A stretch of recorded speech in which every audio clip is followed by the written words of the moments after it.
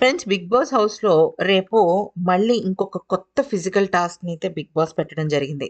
ఈ టాస్క్‌లన్నీ కూడా మెయిన్‌గా మెయిన్ వారాలుంటాయి గదా! అంటే ఇప్పుడు ఇది 14వ వారం గదా!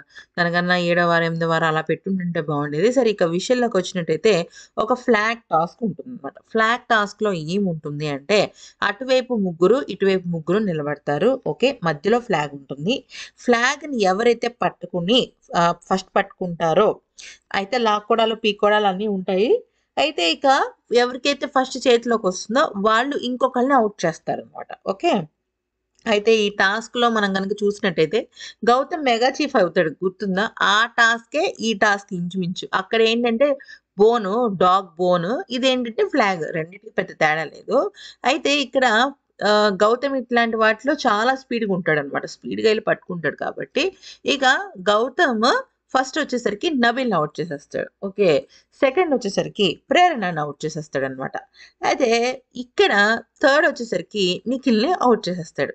మరి ఇక్కడ దీనిలో ఏంటి ట్విస్ట్ అంటే, ట్విస్ట్ ఉంది. ఎవరైతే ఔట్ చేస్తారో వాళ్ళకి జెన్యూన్ రీజన్ చెప్పాలి. ఆ రీజన్‌కి అవతల వాళ్ళు వాదించుకోవచ్చు కూడా. సో, అక్కడ చాలా గొడవలవుతాయి. యాక్చువల్లీ నిఖిల్‌ని తీయడం తప్పని నా అభిప్రాయం. ఎందుకనంటే నిఖిల్ వేలు నొప్పితో కూడా ఆడుతున్నాడు. ఆయన అది కూడా కన్సిడర్ చేయకుండా యాక్చువల్లీ ఇప్పటికి తనకు కూడా రాలేదు. మాట్లాడే అవకాశం రాలేదు.